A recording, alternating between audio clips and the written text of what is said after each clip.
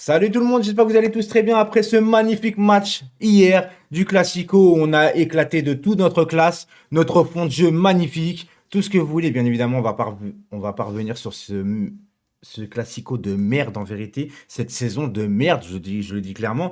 On va juste parler de l'étoile. L'étoile, est-ce que pour vous, on doit avoir l'étoile pour les 10 championnats ou vous préférez avoir l'étoile pour la Ligue des Champions? Je vais donner mon avis, mais avant tout, je voulais remercier quelques ultras du Paris Saint-Germain et aussi des amis, franchement, qui m'ont offert cette écharpe.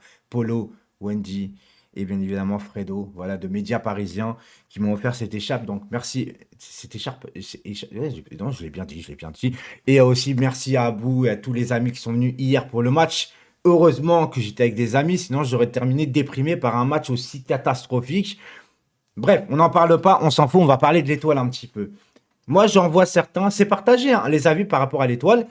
Moi, les gars, l'étoile, pour moi, c'est symbolique. Symbolique, pour moi, ça doit être les 10 championnats. Certains sont campés sur les positions qu'il nous faut l'étoile de la Ligue des Champions. Déjà, il faut la gagner, frérot. Oui, oui. Tant que tu te chies dessus en Ligue des Champions, de toute façon, l'étoile pour la Ligue des Champions, ceux qui la veulent, tu ne l'auras pas.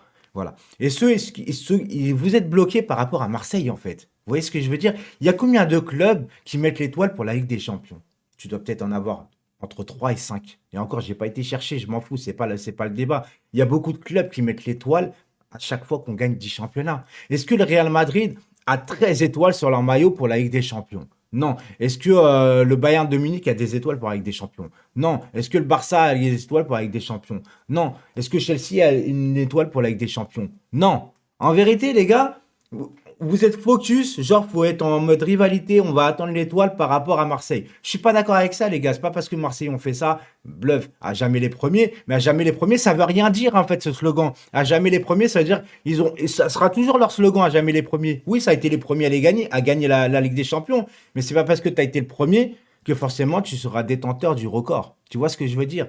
C'est bien de l'avoir gagné la première, mais après, la suite c'est quoi? Tu vois ce que je veux dire? On s'en fout qu'on n'ait pas été les premiers à gagner cette Ligue des Champions. C'est un slogan pour moi qui leur appartient parce que forcément, ils s'attachent à ça et c'est un peu normal, tu vois. Mais c'est un peu une vidéo un peu spéciale parce que pour moi, je suis dégoûté d'avoir cette étoile avec les joueurs qu'on a.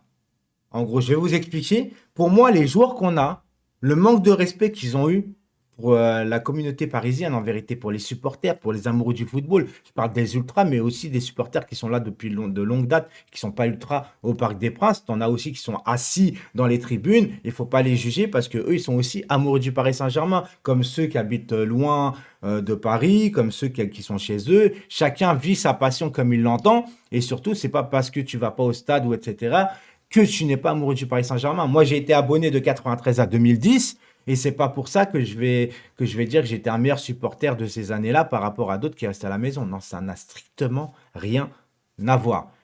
Maintenant, dites-moi quand même en commentaire ce que vous préférez. Mais moi, ça reste symbolique. Mais les joueurs qui sont là, en fait, je suis dégoûté qu'ils vont rentrer dans l'histoire du Paris Saint-Germain, tu vois. Mbappé, tu peux le mettre de côté. Il a fait sa saison, il est professionnel, etc.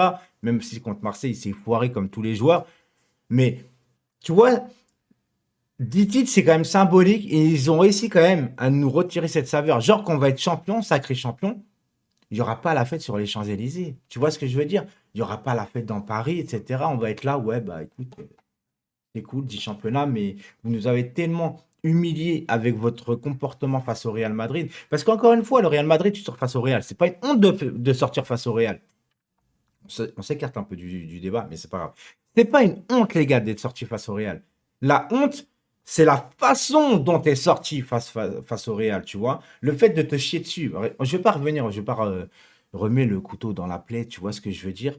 C'est juste que, moi, l'étoile, pour moi, c'est les 10 championnats. Ça reste symbolique. Mais je suis dégoûté, encore une fois, je vais me répéter. Je suis juste dégoûté, en fait, que ce soit ces joueurs-là qui nous représentent et qui vont être inscrits dans l'histoire du Paris Saint-Germain pour ce 10e titre.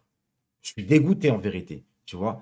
Parce qu'ils m'ont tellement dégoûté. Mais ça fait un moment que je le dis, que tout le monde me dit que j'étais dur avec le Paris Saint-Germain depuis longtemps, etc.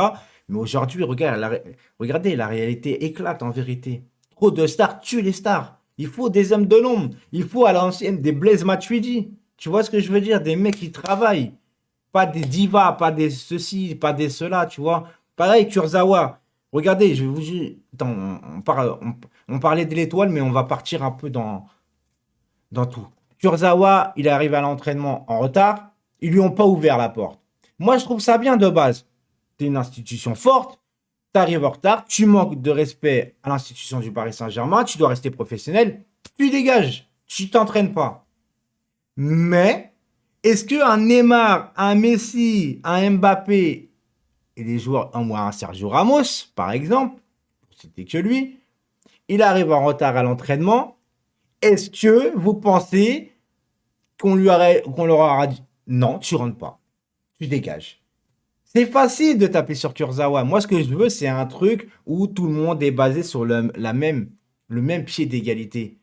Qu'on tape sur les joueurs, tu vois. Tous ceux qui se sont foirés face au Real. Mais les gars, faut arrêter d'être gentil. Qu'est-ce que vous voulez l'année prochaine? Qu'est-ce que vous voulez l'année prochaine? L'étoile, c'est un détail. Enfin, c'est pas un détail, c'est symbolique pour moi. C'est plus que symbolique. Et en plus, tu as aussi la Ligue des Champions. Tu peux avoir un badge plus tard, pour, comme quoi que tu as gagné avec des champions comme les grands clubs le font. Tu vois?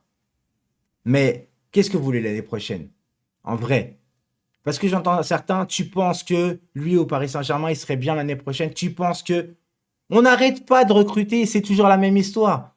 Tant que la direction ne changera pas, vous pouvez me citer tous les meilleurs joueurs du monde, on n'y arrivera pas. On n'y arrivera pas parce qu'on est trop gentil, parce que les joueurs, malgré leur défaite, ils ont pas. T'as l'impression qu'ils n'ont pas de compte à rendre. Ils n'ont pas de compte à rendre. Donc, moi, je me pose la question, au-delà de l'étoile, qu'est-ce que vous voulez l'année prochaine? Moi, j'aimerais une refonte totale de la direction, une refonte de joueurs. C'est juste pas possible. Moi, quand je vois Sergio Ramos dire, j'ai signé, je crois, 2 ans au PSG, mais j'aimerais faire 3 ans. Mais gros, t'as signé 2 ans, t'as fait 4 matchs dans l'année. 4 matchs dans l'année. Et tu penses à faire 3 ans Paris Saint-Germain? Bah bien sûr, t'as vu ton salaire, frère. Qu'est-ce que tu veux dire? Qu'est-ce que tu veux faire? Mais là, c'est même pas la plus grosse faute, c'est même pas celle de Sergio Ramos. Parce que lui, Ramos, on sait que c'est un professionnel. On sait que le mec, il a envie de jouer. Juste qu'il sait que physiquement, bah, c'est trop dur pour lui maintenant de revenir au top niveau. C'est le club d'avoir. Ils auraient dû anticiper ça, tu vois. Le Real, quand il te lâche un joueur, c'est qu'il y a un problème. Ils l'ont fait avec Sergio Ramos. Il a voulu 2 ans. Eux, ils lui ont proposé qu'un an. Il a pas voulu. Ils lui ont fait OK, bah, bye bye. Tu vois. Quand le Real te vend un Ressé, tout le monde dit oh, Ressé, ça va, il est rapide. Frère, si le Real te lâche un joueur, c'est que forcément, il y a une couille. Le Real, quand ils ont des bons joueurs et qu'ils vont avoir un talent et un gros potentiel, ils vont pas partir du Real. Tu vois, ils vont pas partir du Real. On est encore très loin de ces clubs-là. On est vraiment encore très très loin. Bonne journée tout le monde.